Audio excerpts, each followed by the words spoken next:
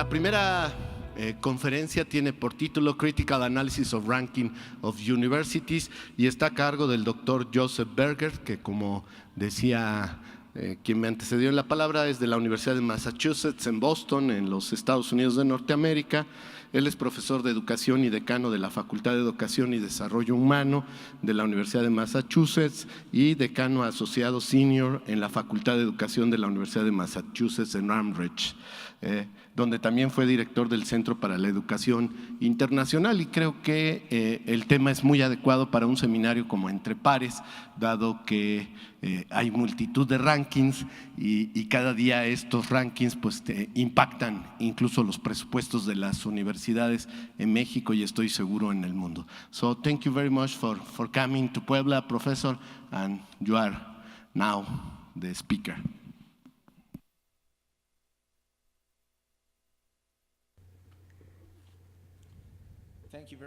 Muchas gracias. Buenos días. Buenos días, es un placer estar aquí el día de hoy y quiero agradecer a los organizadores de la conferencia, sobre todo a Elsevier y a Lorena, que han sido bastante útiles para poder apoyarme en este viaje. Entonces, es un gran placer para mí estar aquí con ustedes y esta mañana voy a darles una vista general y con un contexto acerca de un análisis crítico del ranking de las universidades. Para empezar con esto, les voy a dar una vista general de la agenda de esta presentación. Voy a hablar solo un poco acerca del contexto del ranking de universidades y cuáles son algunos de los motivadores para estos rankings que nos llevan a que cada vez estemos más involucrados en el ranking de universidades y en la evaluación de su desempeño de manera comparativa. También vamos a ver algunas de las ventajas y desventajas de los rankings. ¿Cuáles son algunas de las razones que apoyan o que respaldan al ranking de universidades y cuáles son las críticas también hacia esto? Y también vamos a hablar acerca de cuál es la relación y la misión de la educación superior en el ranking de universidades. Y dado dónde estamos en este momento, ¿cuáles son los impactos de los rankings de universidades en las naciones y en las instituciones y el trabajo de la educación superior? Y quiero terminar discutiendo algunas de las implicaciones, cosas en las que tenemos que pensar en un futuro. Entonces, un poco de contexto. Hay muchos rankings.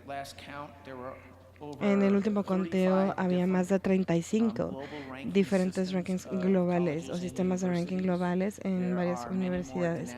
Hay muchos a nivel internacional, hay muchos sistemas de ranking en diferentes campos y disciplinas y se están proliferando bastante desde hace 25 años. Los rankings no son nuevos. Los rankings empezaron casi hace 100 años, en 1925 en Estados Unidos,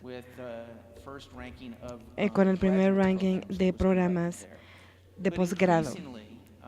Pero ahora, de mayor manera, hemos visto este crecimiento en la cantidad, en el tipo de rankings y todos los esfuerzos y recursos que además se le destinan a estos rankings. Y estos son algunos de los rankings más importantes globales. No es una lista exhaustiva. Y en mi presentación esta mañana no voy a profundizar mucho en un sistema de ranking.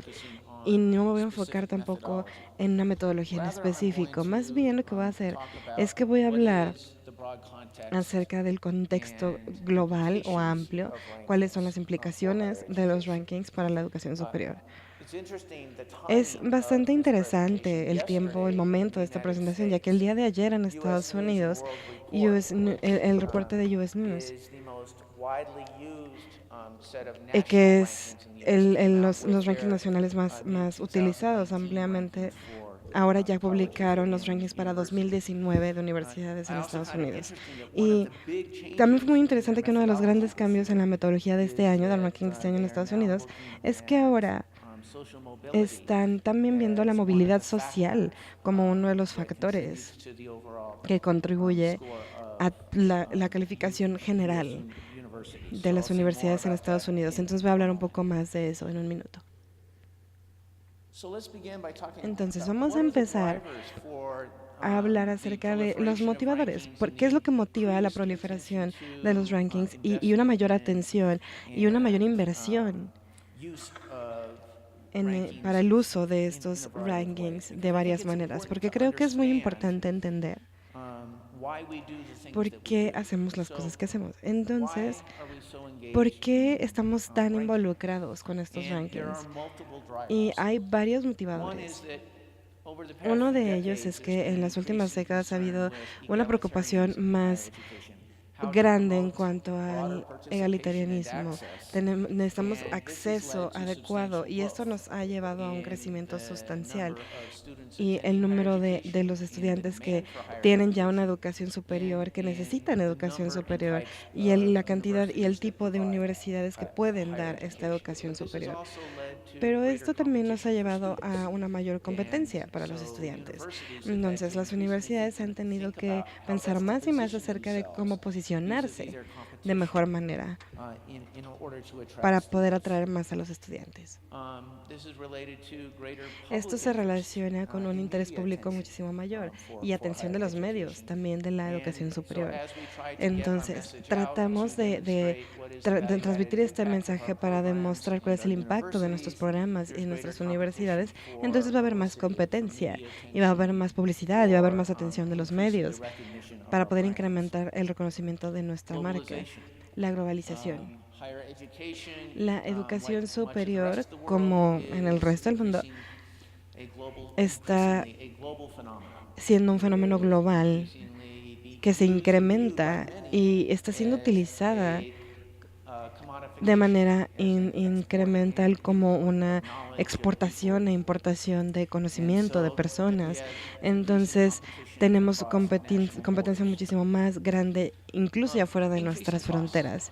Los costos, pues, son más altos. La educación superior, la competencia obviamente está incrementando, está creciendo. Entonces, el alcance de esto, pues, va a llevar a un incremento de precios. Vamos a ver que el costo de educación superior va a aumentar para los individuos, para los estudiantes, para sus familias en la mayor parte del mundo. También vemos costos mayores en las universidades, ya que las universidades tienen que competir la una con la otra, no solamente por los estudiantes, sino también por la atracción de talentos, por ejemplo. Ahora ya no nada más la producción es lo único que existe en el universo, sino ahora tenemos que hablar acerca de talento intelectual, no solo de producción. Y eso ya es algo que compite en el sector corporativo y en los institutos nacionales y en muchos lugares en el que antes la educación superior pues no se tenía que preocupar tanto. Y tenemos la institucionalización. La educación superior es un campo bastante institucionalizado y creo que ayuda a entender que aquí es donde la teoría nos ayuda un poco. La teoría institucional nos ayuda a entender que hay ciertas tensiones a lo largo del campo organizacional de la educación superior que crean la necesidad de una estandarización, y esto incluye mecanismos regulatorios a través de las naciones y entre naciones, y a lo largo de las naciones hay regulaciones muy similares o incluso iguales en cuanto a cómo tienen que funcionar las universidades. La educación superior es un campo bastante normativo, entonces se tienen que regular las disciplinas y la academia. Y se crean estas tensiones para que los miembros de la facultad, para que el personal académico puedan ser guiados por estas normas profesionales, estos estándares profesionales en cuanto a su conducta y sus actividades. Y hay muchas tensiones de imitación, ¿no? Las universidades pues son las que dominan la educación superior. Muchas veces se ven como estos modelos para el éxito, ¿no? Entonces ahora estamos viendo mucho esfuerzo que se está poniendo en varias instituciones para poder imitar las formas exitosas que se encuentran en las universidades pues más reconocidas y con mayor influencia. Entonces todas estas tensiones nos llevan a muchas maneras en las que las universidades empiezan a interactuar y empiezan a competir. Y entre esto tenemos los rankings. Los rankings de universidades, como dije, hay una variedad.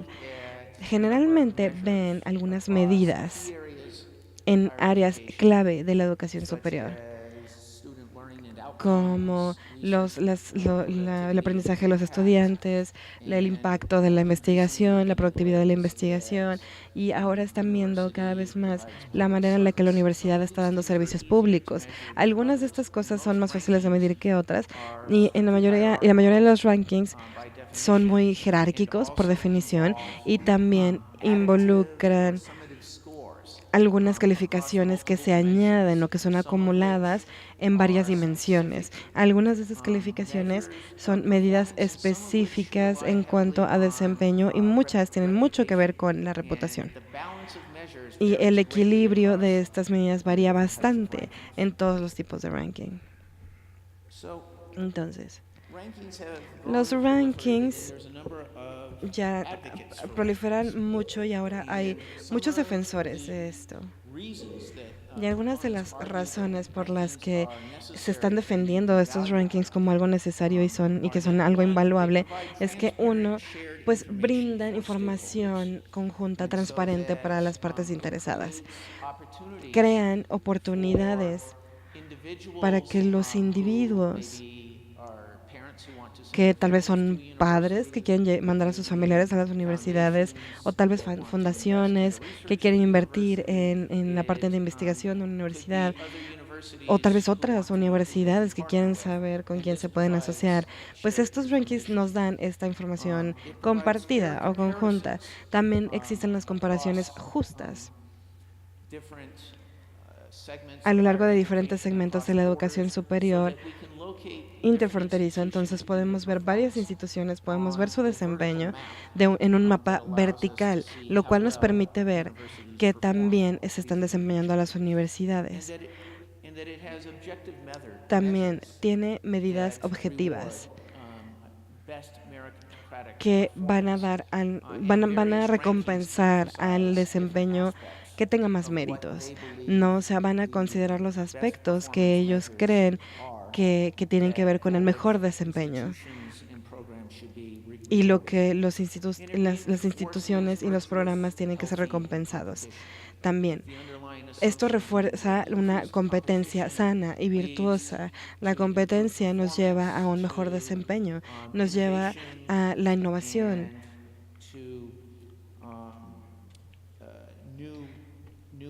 y nos lleva a nuevas oportunidades que de otra manera pues no hubiéramos explorado. Y aunque hay algunas desventajas en cuanto a datos, alguna escasez de datos en estos rankings, porque la educación superior es una empresa tan compleja, obviamente pues va a haber cierta falta de datos y esto no tiene que ser malo. O sea, estamos utilizando la información que tenemos disponible, y tengo que decir que los sistemas de ranking, todos los sistemas de ranking están trabajando para mejorar sus medidas y cómo están construidos y la manera en la que informan estos rankings. Y dadas estas mejoras, los rankings tienen la capacidad de ser flexibles en el tiempo. Pueden mejorar sus medidas y pueden mejorar sus cálculos para representar toda la información en un ranking. Pero hay algunas visiones críticas en por qué estos rankings pueden ser problemáticos de manera inherente. Y la base de muchas de estas críticas son preguntas acerca de los motivos subyacentes de involucrarse en un ranking. Uno de estos es que hay un supuesto inherente, que hay una énfasis en competencia y que la competencia es positiva inherentemente, pero al mismo tiempo devalúa o evita la colaboración y la cooperación.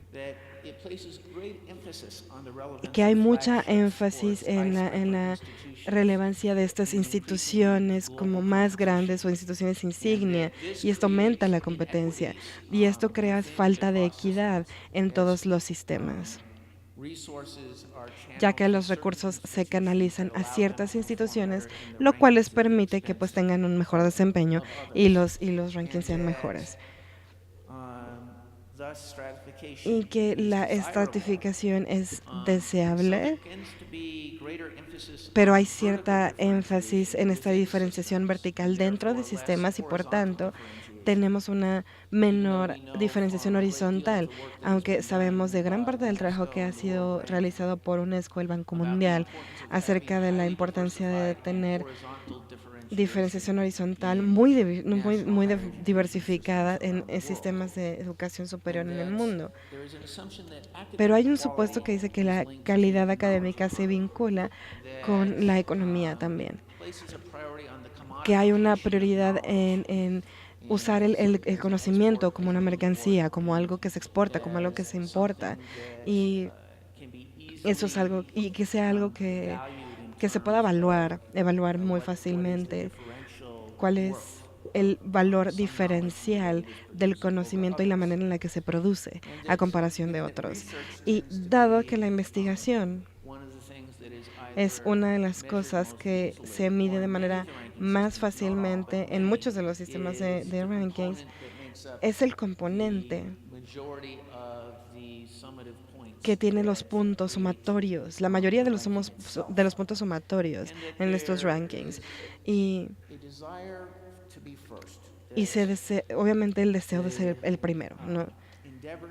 El esfuerzo para generar nuevo conocimiento, para tener trabajo basado en consultas, eso se vincula mucho con la necesidad de ser el mejor, de ser el primero. Y de nuevo, esto enfatiza mucho la falta de colaboración.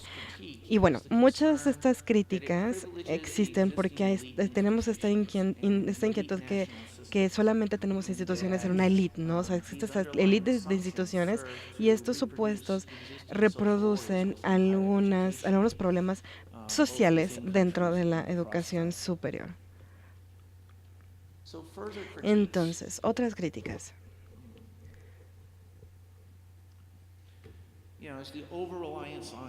Se confía demasiado en las medidas cuantitativas. Debido a la complejidad de la educación superior, hay muchos papeles y se reduce nuestro trabajo y el impacto de nuestro trabajo. Entonces, los que critican, pues les preocupa que vamos a medir lo que se llama el denominador común más bajo, que nada más como que se mide lo que se captura fácilmente a través de indicadores cuantitativos específicos. Entonces esto devalúa las diferencias cuantitativas que existen en las instituciones y los programas. También hay una falta de acuerdos en la construcción, la definición, las medidas y cómo se sopesa la información. Otra cosa que tienen estos sistemas es que no hay un consenso claro acerca de cuál es la mejor manera para poder medir y también para calificar. Entonces, hay muchas preguntas acerca de la validez subyacente de los rankings en estos términos tan reduccionistas. Y gran parte de esto tiene que ver con que tenemos datos muy limitados y tenemos recursos que no son equitativos. Entonces, muchas cosas de las que necesitamos y podemos utilizar para los análisis y los desempeños de universidades se necesitan muchos recursos para capturar todo esto y requerimos sistemas muy sofisticados. Y esto obviamente le da la ventaja a ciertas instituciones y a ciertos países por encima de otros. Por ejemplo, los países de la OCDE ya tienen sistemas muy bien definidos y mecanismos muy bien definidos para poder crear estos datos necesarios para poder realizar rankings más rigurosos. Se confía demasiado en las calificaciones sumatorias, lo cual crea estas cajas negras, ¿no? Es muy difícil ver cómo las instituciones difieren en cuanto a cómo llegan a las calificaciones, cuáles son las diferencias en las maneras en las que involucran a los estudiantes, cómo se realiza la enseñanza y el aprendizaje o la investigación, etcétera.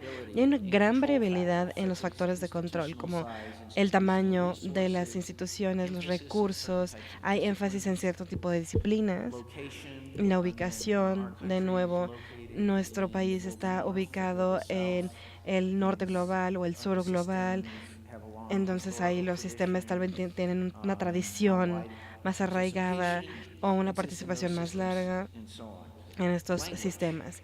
El idioma, dado el énfasis que muchos de los rankings tienen en ciertos diarios de publicación a través de ciertos investigadores, pues obviamente esto limita mucho a los idiomas, sobre todo hacia la parte del inglés. Y bueno, he hablado mucho de los recursos.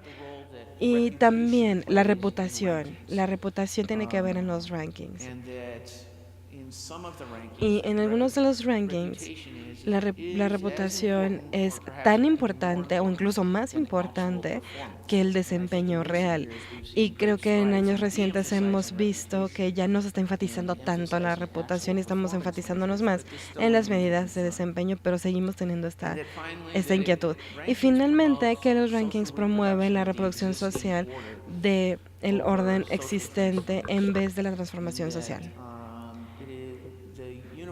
Las universidades que están hasta arriba en los rankings tienen altos niveles de inversión, de recursos, y es muy difícil. Bueno, hay algunas excepciones, pero es muy difícil que de repente haya cambios en los rankings de estas universidades, porque en las instituciones que tienen los recursos más bajos pues tienen los desafíos más grandes. E incluso si tienen mejoras significativas y continuas, es muy difícil que tengan oportunidad de ser más beneficiadas en estos rankings. Entonces, antes de seguir con la discusión del impacto de los rankings,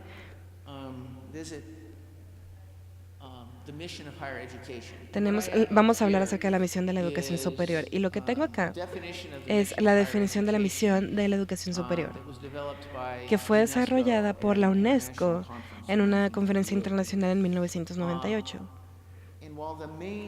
Y los tres pilares principales de la educación superior es la enseñanza, la investigación y el servicio. Me gusta esa definición porque nos dan una visión con más matices acerca de esto. Hasta arriba, en azul, tenemos los puntos que se relacionan con la misión de enseñanza de las universidades. En rojo, tenemos la parte de la definición que se enfoca en la investigación, y en negro tenemos lo que se enfoca en la misión de servicio de la educación superior. Dos de estos enunciados están en negritas, y eso es dar a los graduados la capacidad de cumplir las necesidades de la sociedad presente y futura y crear el conocimiento y los avances a través de investigación. ¿Por qué? Porque estos componentes en esta definición de la misión son los que se capturan más fácilmente en los rankings universitarios y son los que tienen generalmente el mayor peso en estos rankings. Como podemos ver, solamente se captura una parte de la definición de la UNESCO de la educación superior.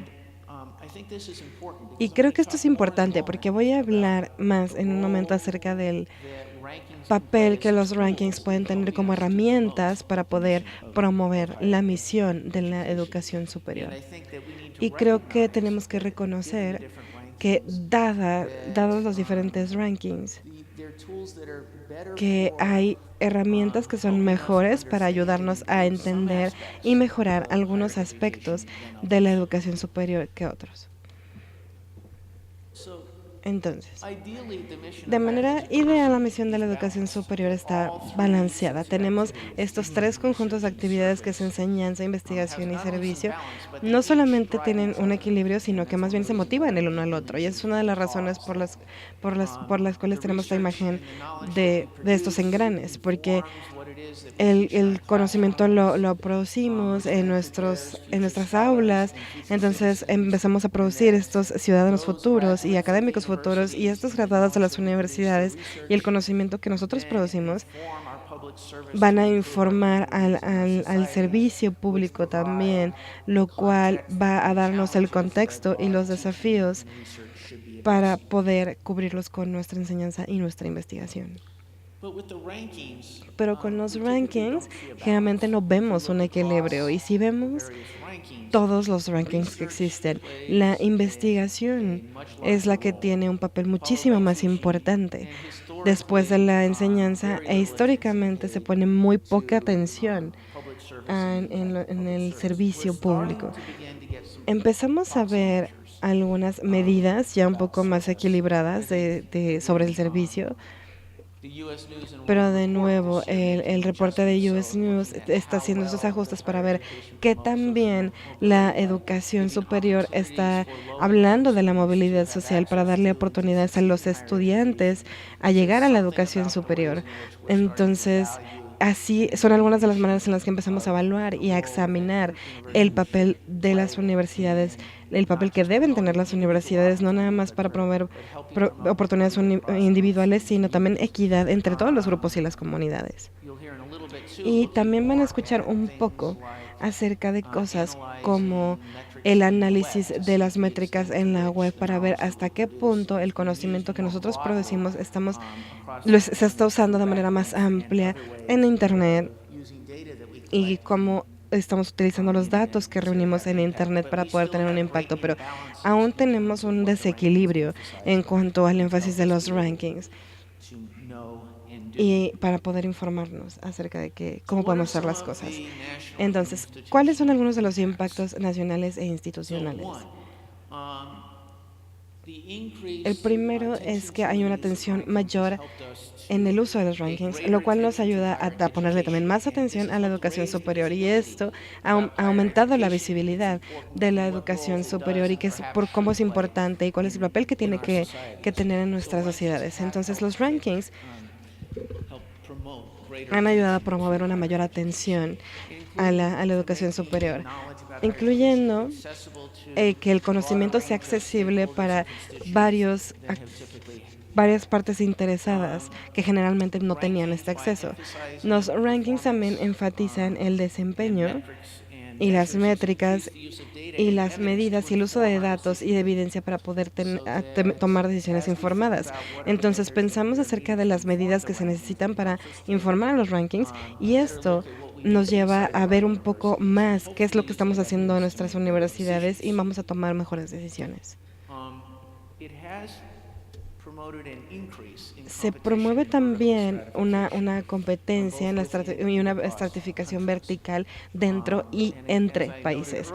Y como lo había mencionado antes, esto ha beneficiado a algunos países e instituciones más que a otros, pero ciertamente beneficia a los países que ya tienen una mejor posición en cuanto a recursos y reputación.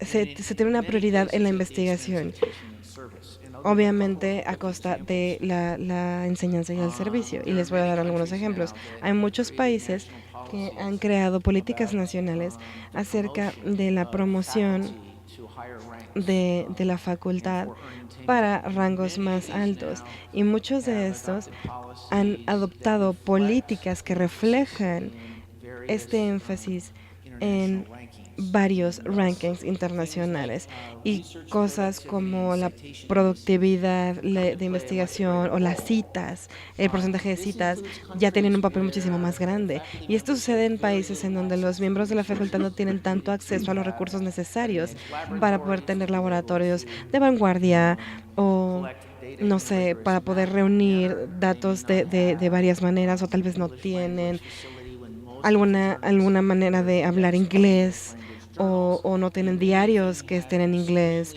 o tienen unas cargas de enseñanza muy, muy altas que hacen que no se pueda pasar tanto tiempo en investigación. Esto, por ejemplo, en Indonesia sí sucede, y es una preocupación muy grande.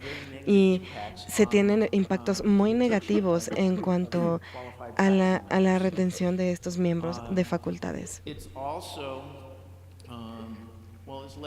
También esto nos lleva a más recursos, ya que estamos invirtiendo más recursos en la educación superior. Y también esto crea alguna falta de equidad en instituciones en particular, ya que deben tratar de competir con instituciones que están recibiendo mayores inversiones. Y las políticas de idioma.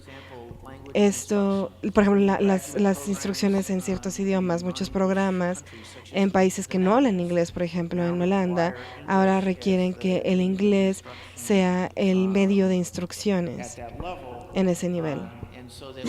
Entonces, estamos viendo diferentes efectos en la publicación, la enseñanza y el aprendizaje en cuanto a política de idioma.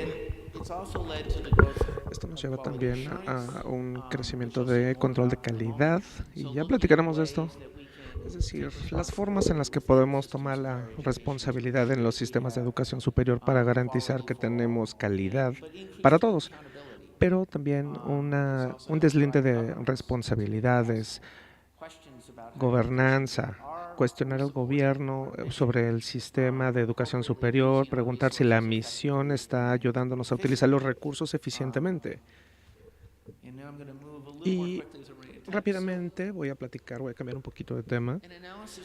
Tengo un análisis que se hizo en el 2010, hablando de la relación entre los rankings, aseguramiento de calidad, que es un sistema a través del cual, cuando utilizamos evaluación de calidad, revisiones institucionales y autoanálisis, para cumplir con los estándares nacionales disciplinarios. Y luego podemos tener también, por ejemplo, revisiones de pares para evaluar si estamos cumpliendo con los niveles mínimos de calidad a través de los diferentes sistemas y sistemas de responsabilidad, que son externos o que van de arriba hacia abajo, en donde la gobernanza, donde el gobierno tiene una inspección más cercana en cuanto a que si las universidades están trabajando bien. Así que yo conjunté todo porque creo que cuando hablamos de futuros posibles, estamos pensando en las herramientas que los rankings nos dan,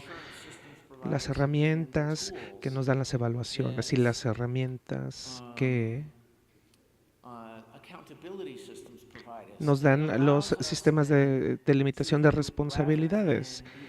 En lugar de solamente ser observadores, hay que pensar cómo los que toman las decisiones, los líderes en las instituciones, cómo ellos se pueden enfocar en una mejora continua. Entonces, al hacer una revisión más profunda de lo que hacemos, podemos ver sistemas multiliga que necesariamente son verticales en su diferenciación, pero las instituciones que tienen similares misiones y recursos pueden aprender las unas de las otras para que podamos tener sistemas centrados en clientes, porque atendemos a diferentes constituyentes, componentes del sistema. Por ejemplo, si nos preocupan de verdad los estudiantes que tengan mejor calidad de información, hay diferentes tipos de informaciones que necesitamos atender. Y también quizá queremos ver a clientes como fundaciones de investigación, gobiernos o empresas privadas u otros sistemas que son diferentes en todo el mundo, con sus sistemas disciplinarios y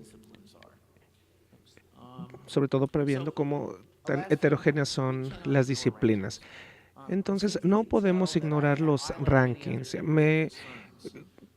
Hay grandes preocupaciones sobre la forma en la que se construyen los rankings y la forma en la que se pueden utilizar, pero los rankings existen, nos guste o no, y muchos han sido impuestos, así que creo que sería válido decir que tenemos preocupaciones de los rankings, así que no podemos decir los vamos a ignorar porque tienen un impacto fuera de los sistemas de educación superior, pero nos permiten apreciar el valor de los datos y de la evidencia y nos ayudan a pensar más cuidadosamente sobre cómo se está midiendo el desempeño y cómo podemos mejorar nuestra medición. Para mí los rankings solamente son el punto de arranque en la conversación de cómo podemos continuar mejorando. No es el objetivo final. Yo veo a los rankings como los inputs que nos ayudan a reflexionar cómo podemos valorar nuestro desempeño entre pares y también los estándares de control de calidad, el deslinde de las responsabilidades, nos ayudan a pensar en dónde estamos ahorita, a dónde queremos estar y cómo vamos a llegar ahí. Nosotros somos académicos. Entonces podemos utilizar las mediciones y los rankings como herramientas metodológicas y conceptuales, y entonces necesitamos comenzar a pensar menos en cómo competir para los rankings y más bien a identificar a socios para poder colaborar. También me parece que hay una tendencia, ya que estamos tan institucionalizados, de replicar los que son más exitosos en los rankings. Hay que ser cuidadosos al adoptar enfoques y programas programas académicos que quizá no nos van a funcionar muy bien a nosotros. Tenemos que adaptarnos más que solamente adoptar lo que sí funciona en otras instituciones que quizás son pares aspiracionales. Tenemos que garantizar también que identificamos cuáles son los puntos clave para nosotros, los puntos que se dejan fuera de los rankings también. Y tenemos que tomar nuestra misión como el impulsor que nos guía. Los últimos comentarios que tengo son, hacer referencias de David Meyer y lo que se llaman los radicales. Habla de la responsabilidad de los líderes en las organizaciones y en los sistemas para que sean los agentes de la transformación en lugar de los agentes de la reproducción de ya cosas que existen, normas que existen, porque la educación superior tiene tanto potencial para transformar a la sociedad. Tenemos que ser como radicales para utilizar los rankings a favor de nuestro trabajo. Así que con esto, muchísimas gracias. Gracias, doctor, por su excelente presentación. Y pues vamos a continuar con la presentación del doctor Félix de Moya y Aragón, quien me decía está actualmente en Chile, pero es originalmente de la Universidad de Granada y es el investigador principal de la unidad asociada del grupo CIMAGO, que muchos de nosotros nos hemos relacionado con estos rankings, digamos, que salen de, digamos, del mundo anglosajón y que toma en consideración el universo de Latinoamérica. En primer lugar al CONACYT y en particular a la maestra Ontiveros por esta nueva oportunidad. Es un privilegio para nosotros venir a Entre Pares. Y en segundo lugar a nuestros amabilísimos anfitriones de la Benemérita Universidad Autónoma de Puebla, que creo que coincidirán conmigo en que están haciendo un magnífico trabajo para darnos la oportunidad de pasar 2 días de trabajo y al mismo tiempo visitando la ciudad de Puebla, que siempre merece la pena.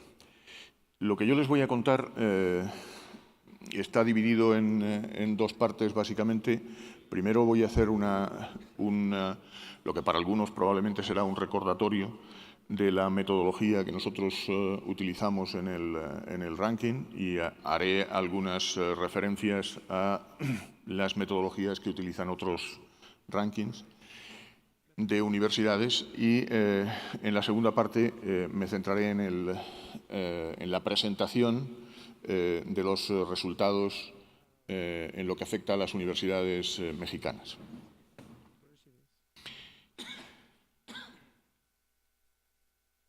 ¿Qué tipo de rankings hacemos nosotros? En primer lugar, quiero recordarles que, aunque esto en términos de opinión pública muchas veces se presenta de forma confusa, un ranking en principio es un instrumento que genera una determinada ordenación de las instituciones a partir de una serie de indicadores. Eso significa que técnicamente lo que el ranking tiene que hacer es, a partir del conjunto de indicadores, generar un indicador compuesto, y ese indicador compuesto es el que determina su ordenación. Aclaro esto porque en algunas ocasiones se presentan como rankings otro tipo de instrumentos útiles por demás, que lo que hacen es caracterizar las universidades, es decir, presentar un conjunto de variables y permitir diferentes tipos de ordenaciones según la variable que utilicemos para hacer esa ordenación. En principio, yo me voy a referir específicamente a los rankings que están basados en indicadores compuestos y que además tienen como característica, segunda característica fundamental, el ser globales. Nada tiene que ver un ranking que afecta a un dominio territorial concreto frente a un ranking global. Y digo que nada tiene que ver porque simplemente los indicadores que están disponibles para realizar o generar un ranking de características globales tienen que ser indicadores que puedan ser predicados de miles de instituciones en el mundo. De otra manera, no sería posible hacer ese ranking. Por ejemplo, algunos de ustedes sabrán que una de las críticas que se hace corrientemente al ranking de Shanghái tiene que ver con el hecho de que algunos de sus indicadores solo existen para un conjunto muy limitado de instituciones. Me estoy refiriendo a los indicadores que tienen que ver con el número de premios Nobel egresados de la universidad o premios Nobel que son profesores de la universidad, etcétera. Es decir, a veces incluso ni siquiera un 20% de las instituciones rankeadas por el propio ranking tienen valores superiores a cero en ese indicador concreto. Bueno, pues cuando uno hace un ranking nacional puede utilizar indicadores que desde la perspectiva nacional tienen sentido. Por ejemplo, yo podría hacer un ranking de universidades mexicanas utilizando como indicador el número de SNIS 3 que tienen las universidades mexicanas, y ese podría ser considerado como un indicador útil en el contexto de la educación superior mexicana. Pero saliendo del país, ese indicador es inutilizable porque sencillamente no existe un sistema nacional de investigadores como el mexicano en otros países. Por tanto, si el ranking es global, insisto en esto, los indicadores que debe utilizar deben ser indicadores que globalmente puedan ser obtenidos para las universidades de todos los países. La segunda característica que quiero mencionar aquí está puesta aquí en esta presentación, y es que nosotros no tenemos con el ranking aspiraciones holísticas. Aquellos que digan que un ranking, sea el que sea, dice todo lo que hay que decir de una universidad, está probablemente faltando a la verdad y a veces incluso de forma interesada, porque no hay ningún ranking que pueda realmente representar la complejidad de organizaciones como las universitarias. Los que hacemos rankings debemos ser muy conscientes de que el conjunto de indicadores que el ranking maneja son una representación parcial de la universidad, de todas las universidades, que permiten la comparabilidad, pero desde el punto de vista de la parcialidad que esos indicadores representan. Por tanto, lo de las aspiraciones holísticas entiendo que no tiene mucho sentido en el caso de ningún ranking. La tercera cuestión tiene que ver con el tema de la percepción pública. Hay rankings que utilizan encuestas o incluso que piden información a las universidades para poder generar el ranking. Nosotros hemos decidido no hacer ni una cosa ni la otra. No hacemos encuestas porque entendemos que la percepción pública que se tenga de las universidades puede ser un asunto interesante a otro nivel, pero nuestro interés es más bien influir en esa percepción pública mediante la utilización de indicadores que están obtenidos a partir de registros internacionales. Y en cuanto a la información solicitada a las universidades. Nuestra experiencia en ese sentido no es demasiado positiva porque las universidades intentan dar una visión de sí mismas en ocasiones excesivamente edulcorada, por ser políticamente correcto. Yo creo que es necesario recurrir a otro tipo de información, como digo, que esté basada en registros internacionales para poder generar estos rankings. A partir de ahí, el tema que nos queda por dilucidar es, pues ya tenemos unos indicadores, a continuación tendríamos que ver la manera en que los vamos a ponderar. Nosotros hemos recurrido a expertos para llegar a una conclusión respecto de cómo se ponderarán esos indicadores.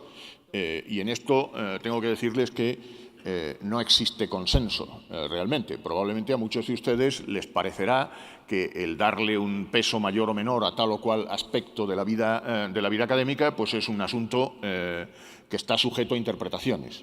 Nosotros somos conscientes de eso y lo que hemos hecho ha sido someter a expertos en todo el mundo su opinión para relevar su opinión sobre cuál debe ser el peso de los diferentes indicadores. Y a partir de ahí hemos obtenido nuestra propia ponderación.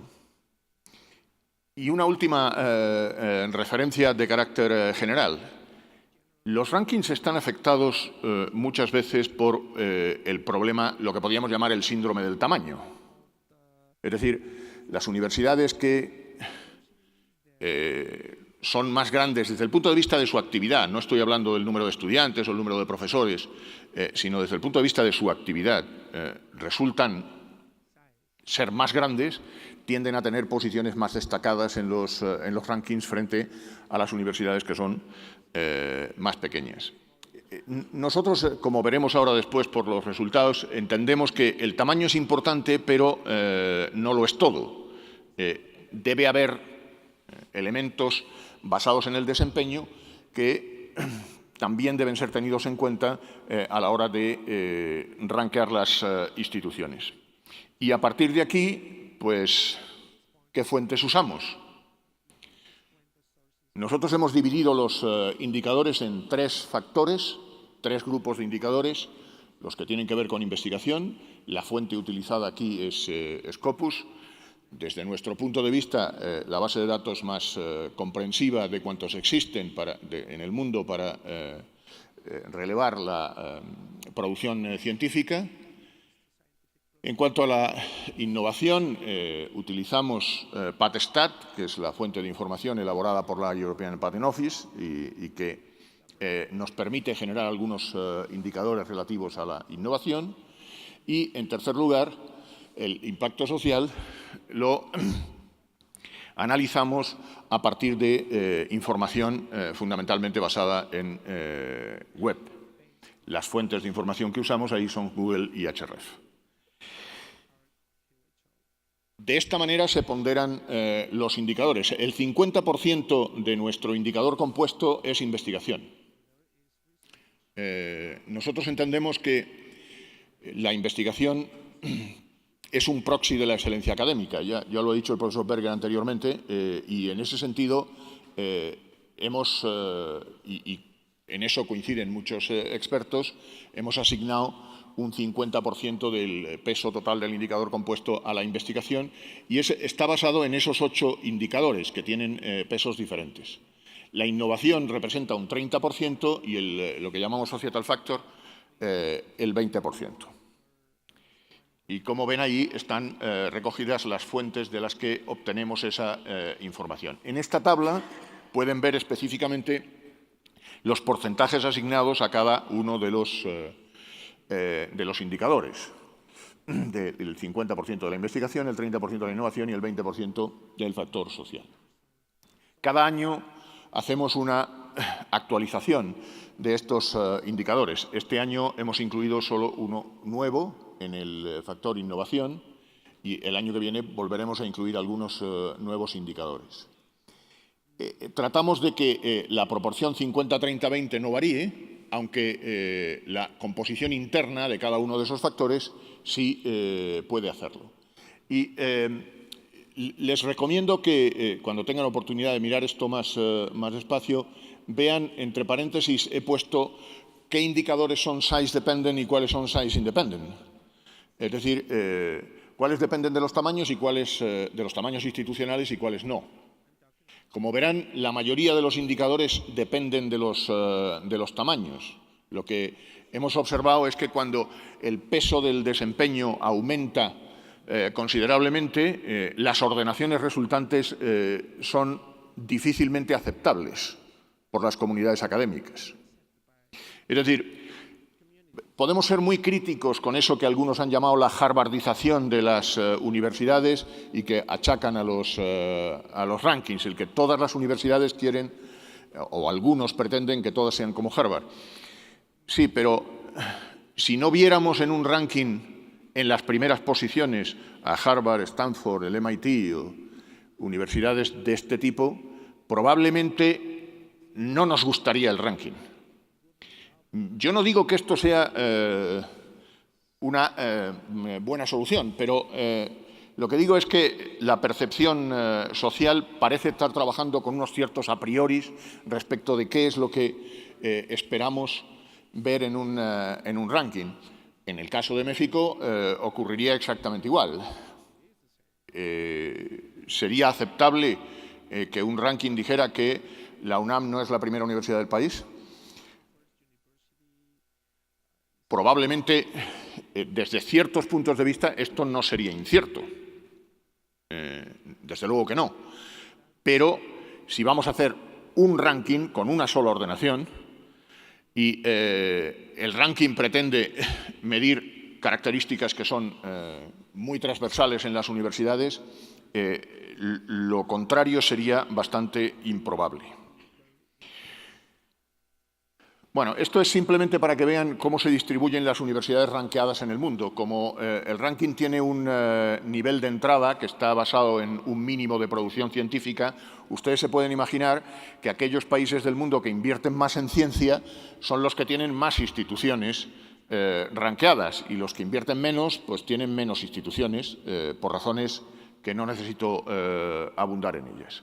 En términos generales, en el hemisferio norte, donde se concentran los países que tienen una tasa de inversión en investigación y en educación superior más alta, pues concentran un mayor número de universidades. Esto no ha impedido que en regiones como, por ejemplo, Latinoamérica, el crecimiento de las universidades ranqueadas haya sido muy importante en los últimos años. En particular en aquellos países que han hecho crecer su tasa de inversión en educación superior y en investigación y al mismo tiempo también que han puesto en práctica políticas públicas orientadas a la generación del conocimiento en la educación superior y a la mejora de la calidad de la educación superior. Las universidades en el ranking bueno, las instituciones en general, porque ahí no hay solo universidades, han crecido a este ritmo.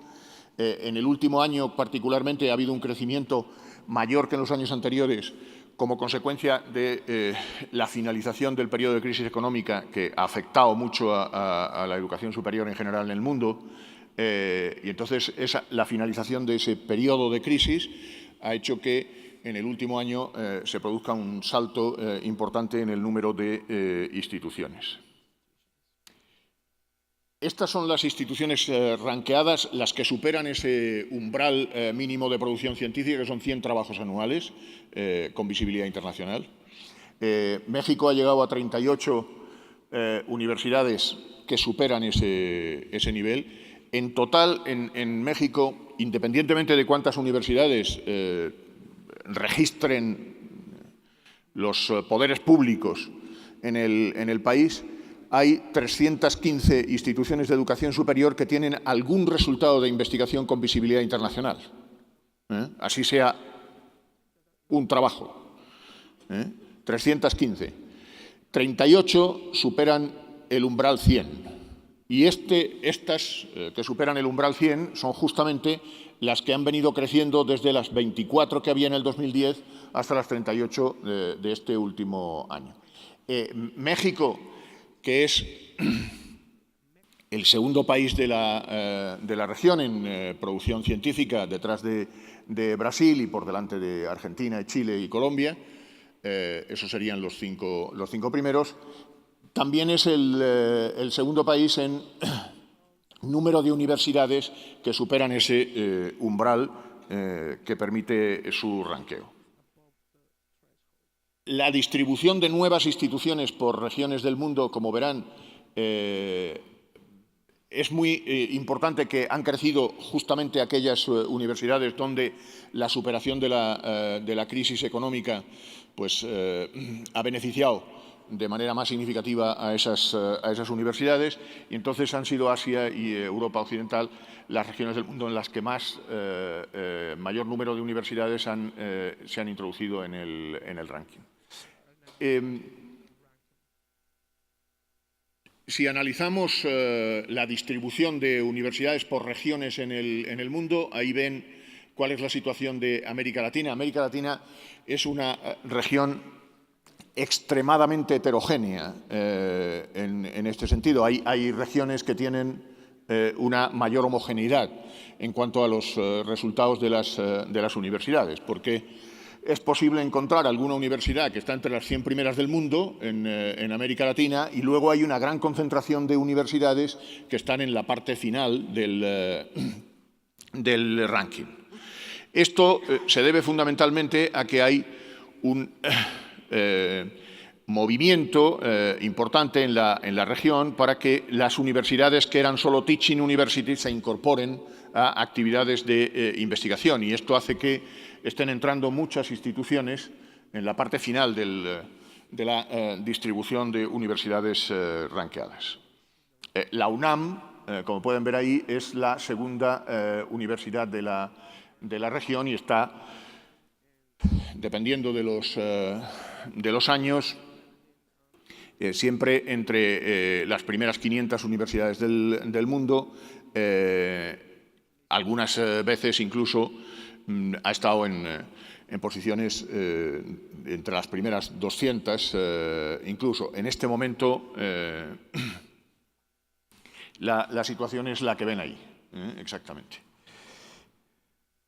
Bueno, veamos el dominio mexicano muy rápidamente en cuanto a los resultados. Nosotros generamos dos tipos de instrumentos, uno que llamamos ranking global, que tiene todas las instituciones del mundo, pero tienen que haber superado el umbral de 100 trabajos con visibilidad internacional al año.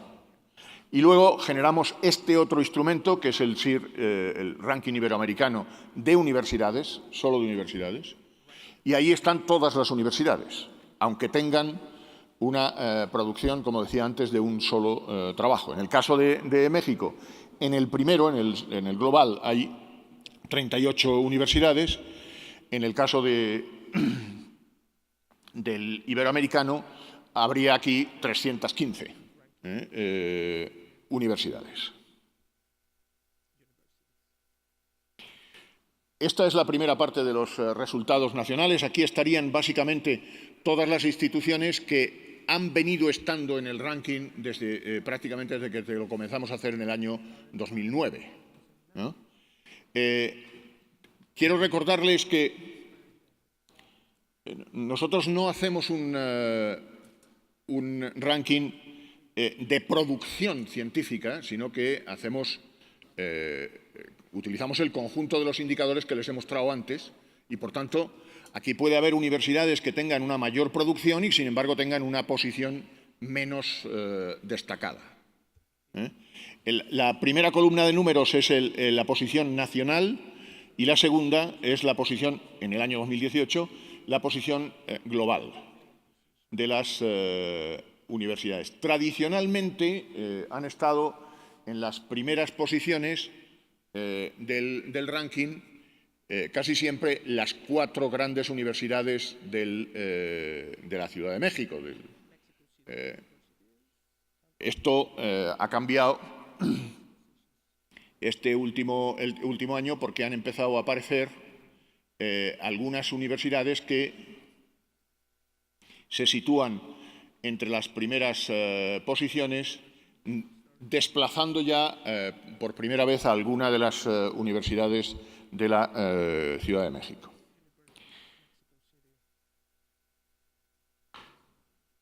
Esta es la segunda parte del ranking y ahí aparecen, he señalado en negro, las 4 que han entrado este año nuevas. Quiero que vean que, aunque la columna de nacional llega hasta el número 31, hay 38 universidades, porque hay algunas que tienen la misma posición. Se repiten. Son 38 instituciones ordenadas en 31 rangos. ¿De acuerdo? Las universidades nuevas son la Autónoma Agraria Antonio Narro, el Instituto Tecnológico Autónomo de México, la Universidad Panamericana y el Centro Nacional de Investigaciones y Desarrollo Tecnológico. Estas son las nuevas. Quiero que tengan en cuenta que, aunque en México no ha sido muy común que esto sucediera, porque todas las universidades han venido creciendo de manera sostenida, a mayor o menor ritmo, pero vienen creciendo, sí que puede pasar que una universidad entre y salga del ranking cuando pierde ese umbral. En otros países esto pasa prácticamente todos los años, que entran universidades nuevas y salen otras.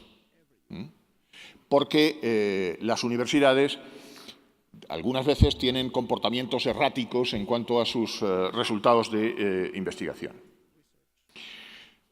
Bueno, esto es una referencia a las primeras 6 universidades y cuál ha sido su evolución a lo largo de estos años. Y las voy a utilizar estas como ejemplo para explicarles cómo tratamos el asunto del desempeño científico. Bueno, el total de la producción de una institución sería esto. Esa producción la dividimos en producción participada, cuando es en colaboración, y producción exclusiva. Y a su vez hay una parte de la producción en la que la institución es el contribuyente principal y otra parte en la que colaboras si no eres el contribuyente principal. A eso es a lo que llamamos producción con liderazgo, a esta de la izquierda. ¿Esto por qué lo muestro? Lo muestro por lo siguiente, porque muchos rankings están utilizando la información del impacto científico de la producción, lo están utilizando para medir el desempeño científico de la institución. Pero ¿qué ocurre? Que en un mundo como en el que estamos, en el que hay tanta colaboración entre las instituciones, se da el caso de que hay instituciones que consiguen niveles de desempeño muy altos subidos a las espaldas de otros. ¿Y esto cómo lo sabemos? Lo sabemos porque cuando miramos cuál es el liderazgo que tienen esas instituciones en esa producción, pues lo que observamos es que en ocasiones el liderazgo es muy bajo. El problema aquí estaría en cómo medir ese liderazgo. Bueno, nosotros lo que hemos hecho es utilizar la institución del destinatario de correspondencia para identificar la institución líder o el país líder. Sabemos que el nivel de confianza de esa relación entre destinatario de correspondencia y responsable de la investigación, esa relación es una relación que es muy variable dependiendo del nivel de agrupación. Es decir, cuando decimos que el destinatario de correspondencia es mexicano, la afirmación de que México es el líder de la investigación es una información muy fiable. Pero si eso mismo lo dijéramos de un solo documento o de una persona, probablemente la fiabilidad sería menor. ¿Esto qué significa? Que cuando nosotros generamos indicadores de desempeño de las instituciones, lo estamos haciendo basándonos en la producción que las instituciones lideran. Es decir, sabemos cuántos trabajos tienen como destinatario de correspondencia a un investigador de una institución y a esos trabajos es a los que medimos el impacto. Esto, en términos, referido a estas instituciones, en términos operativos, ¿cómo funciona? Pues ahí lo pueden ver. La columna de color indefinido es la producción total y la otra amarilla es la producción liderada. Eso es. Como ven, la producción total siempre es mayor que la producción liderada en todas las instituciones, pero las diferencias son variables. Ahora, ¿qué es lo que pasa cuando medimos el impacto de la producción total y de la producción liderada? Pues lo que pasa es esto, que el impacto de la producción total también es siempre más alto que el impacto de la producción liderada. Es decir, cuando nuestras instituciones lideran la investigación, tienden a conseguir tasas de impacto científico más bajas que cuando no lo hacen. ¿Esto a qué se debe? Se debe fundamentalmente a lo que aportan aquellos con los que estamos colaborando, que hacen subir nuestro impacto. Evidentemente, esto no ocurre en todas las instituciones en el mundo ni en todos los países. Hay dominios científicos en los que la producción liderada puede ser incluso mayor que, por ejemplo, en los Estados Unidos es uno de los países en los que, probablemente el único país del mundo en el que la producción en colaboración internacional tiene menos impacto que la no colaboración internacional. En todos nuestros países es justamente al contrario.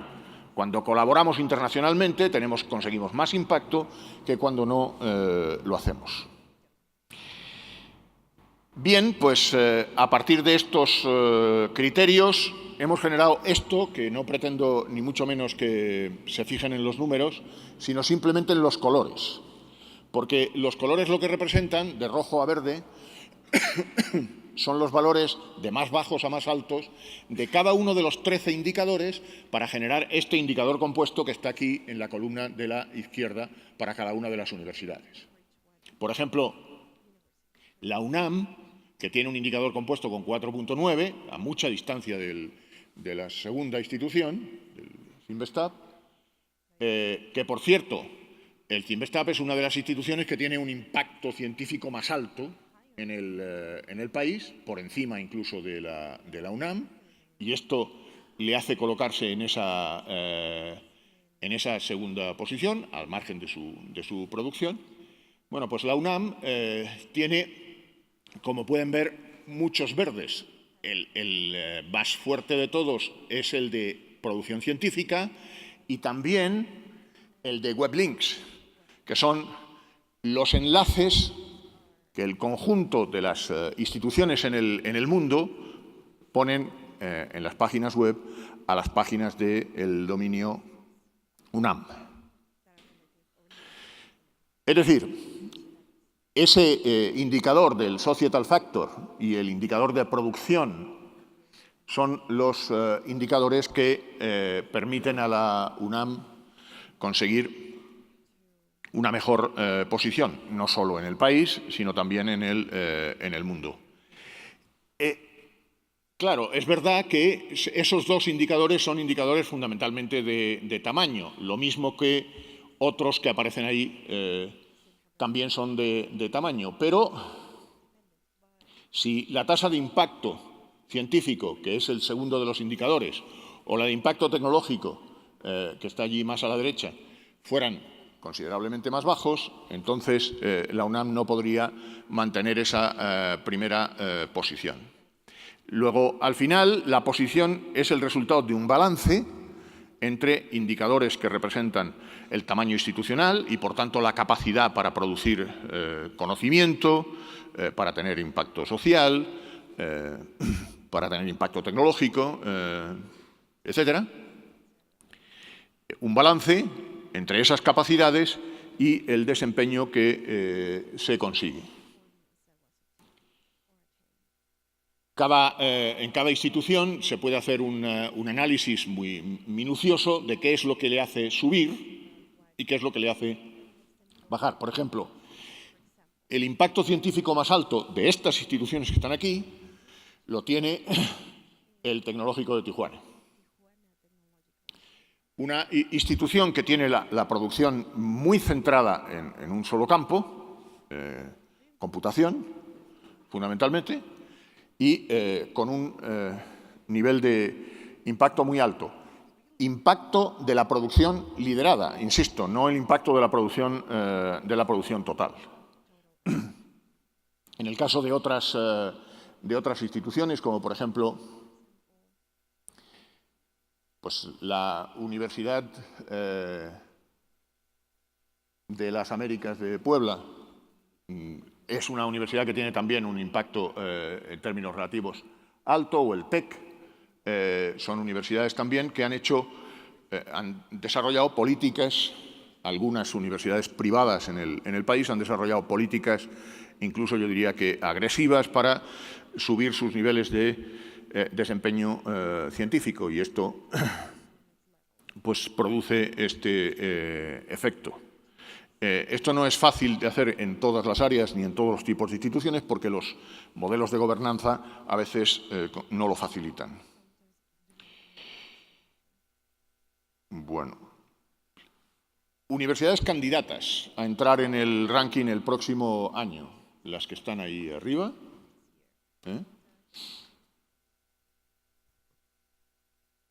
En este momento, la Agraria Antonio Narro es una universidad que no estaría rankeada el próximo año, aunque los datos que tenemos todavía no son definitivos, porque hasta el mes de marzo próximo no consolidamos la información para el próximo ranking, y está muy cerca de conseguir alcanzar el nivel. Pero son esas 4 universidades las que están más cerca de conseguir entrar en el ranking. Luego he marcado a continuación otras que, por los ritmos de crecimiento de los últimos años, si crecieran también como han crecido en esos últimos años, también podrían tener algunas posibilidades. Una última referencia al tema del tamaño frente al desempeño.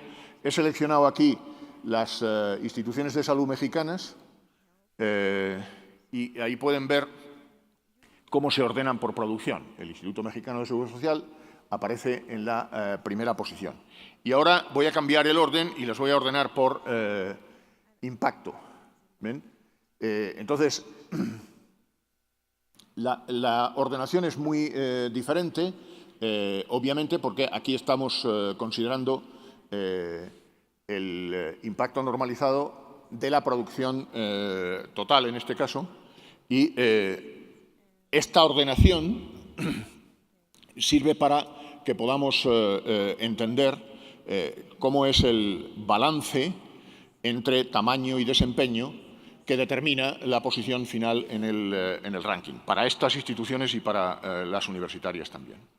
Un último aspecto que no quiero dejar de remarcar, que tiene una gran influencia en los resultados, es el tema de las revistas indexadas internacionalmente de México. Porque el peso relativo de la producción en revistas nacionales es un peso significativo en términos estadísticos. Ahora les daré exactamente el dato. Por fortuna, las revistas mexicanas han venido mejorando considerablemente, tanto en su número, pero sobre todo en su posicionamiento en términos de impacto en las diferentes áreas. Es decir, el esfuerzo que se está haciendo por mejorar la calidad de las revistas está teniendo efectos porque, como ven, la distribución en cuartiles cada vez es mejor. aunque el número de revistas no tiene por qué aumentar necesariamente. Tengan ustedes en cuenta que la producción de México en las universidades es de casi el 76%, porque en México tiene mucho peso no solo el dominio universitario, sino también las entidades gubernamentales, fundamentalmente los centros CONACYT, y también el ámbito de la salud, cosa que no es muy común en otros países en la región, donde el peso universitario es todavía más alto que este. Hay muchos países en América Latina que tienen pesos relativos de la producción universitaria que están incluso por encima del 90% de la producción total. Pero, fíjense, el 15% de la producción mexicana es en revistas nacionales. Es decir, si quitáramos las revistas nacionales que están indexadas internacionalmente, México perdería el 15% de su producción, dicho en corto. Ahora, si la producción mejora el 15%, sin embargo, con esas revistas, el impacto que se pierde es aproximadamente del 25%. ¿Por qué? Porque muchas revistas que han entrado recientemente en los índices internacionales todavía están en posiciones relativamente desfavorables. Y si crece mucho la producción en esas revistas, eso tiene un efecto negativo sobre el impacto. Por tanto, yo creo que es absolutamente necesario que en términos de política pública, pero también de políticas institucionales, se modere el crecimiento de la producción en esas revistas hasta tanto no se consiga una mejora sustancial de la calidad de las revistas que ya están dentro, ¿no?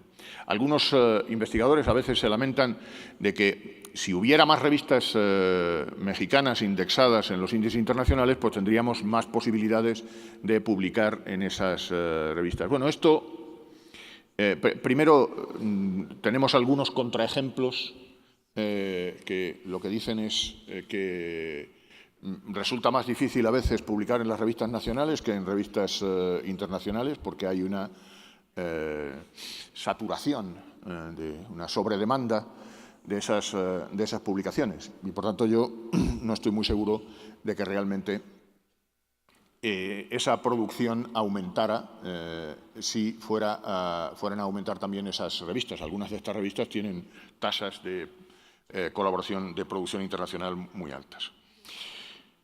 Y nada más. Muchas gracias y espero que resulte útil. Muchas gracias al doctor Félix Moyá. Bueno, antes que nada me reiteran que todos los asistentes ojalá puedan participar en la donación de libros infantiles que apoyen al programa de escuelas comunitarias Aprendiendo para la Vida. Solo llevamos 250 libros y la meta era 1,800, entonces en el próximo coffee break, por favor, pues donen para esta causa noble. Tengo varias preguntas para los doctores, pero en razón de que empezamos un poco tarde y para regresar a la agenda originalmente establecida, voy a tomar algunas de ellas y ojalá ambos de nuestros conferencistas pues las puedan contestar. La primera es si los rankings pueden estar ligados a la satisfacción laboral, entiendo, de los egresados, doctor Moyá.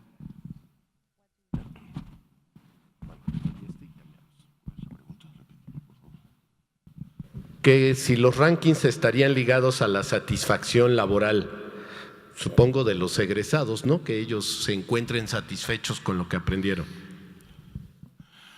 Bueno, si se refieren a la satisfacción laboral de los que trabajan en la universidad, yo más bien diría que no. Así de entrada. Creo que, en fin, aquellos que se sienten orgullosos de sus instituciones, cuando los resultados que aparecen en los rankings de alguna manera corroboran ese sentimiento de orgullo, pues lo verán verán los rankings bien, y en circunstancias contrarias, pues supongo que no.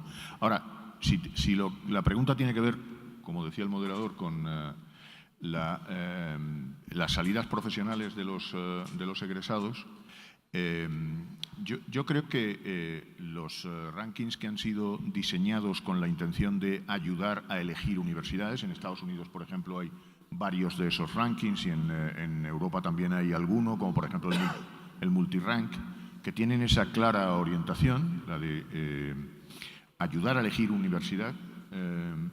Ese es un tipo de ranking muy específico que necesita ordenaciones diferentes por especialidades y evidentemente tienen que contar con indicadores que hagan referencia a los niveles incluso retributivos después del egreso de los estudiantes, ¿no? Y esos son rankings, como digo, muy específicos, no son estos rankings globales. Okay, muchas gracias. Para el doctor Berger, what is the role of the Mexican universities in a globalized world? Pues creo que en este momento, dado donde está México, México tiene un sistema de educación superior bastante diversificado. Entonces creo que si México piensa acerca de cómo posicionarse de manera global, se trata de cómo utilizar el conocimiento que se está produciendo a través de los rankings con todas las métricas de desempeño y los indicadores de desempeño para tener decisiones informadas, estratégicas. Por ejemplo, si México piensa en dónde invertir sus recursos educativos, ¿cuáles serían las áreas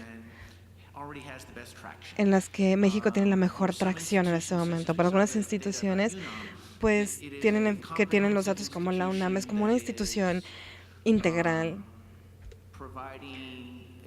que tiene mucho conocimiento, que está teniendo un impacto en muchos campos. Algunas de las otras instituciones van a tener que ver de manera más minuciosa las cosas, porque debido a su nivel de recursos, ¿qué es lo que pueden hacer? ¿En qué disciplinas? ¿En qué campos? ¿En qué facultades? Tienen las mejores posiciones para poder tener un impacto más amplio. Voy a decir impacto más amplio en vez de subir en los rankings, pero creo que México puede pensar, debido a la distribución del talento y los recursos, creo como sistema, creo que puede pensar acerca de cuáles son las prioridades que se deben identificar para que las instituciones no compitan la una con la otra, sino que más bien empiecen a colaborar y, por tanto, eleven el sistema en general en los rankings globales. Thank you very much. Para el doctor Moya, vamos a tomar 4, si les parece, 2 y 2, para tratar de, como decía, ajustarnos al tiempo. Una pregunta que es reiterada es cómo se puede equilibrar la relación presupuesto-investigación. Esto es decir, hay universidades que son pequeñas. Yo veía ahí Tlaxcala que decían que podía ya entrar a los rankings el año que entra, pero cuyo presupuesto es muchísimo menor que el de las macrouniversidades en México.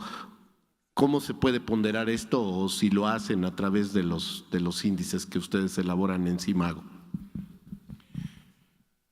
Bueno, nosotros no tenemos indicadores que hagan referencia al presupuesto de las universidades y además, desde la perspectiva de un ranking global, estos indicadores serían muy complejos de manejar, porque los presupuestos de las universidades difieren incluso en cuanto a sus criterios de interpretación mucho de unos dominios universitarios a otros en el mundo. Lo que sí hacemos es utilizar indicadores que podemos considerar como un proxy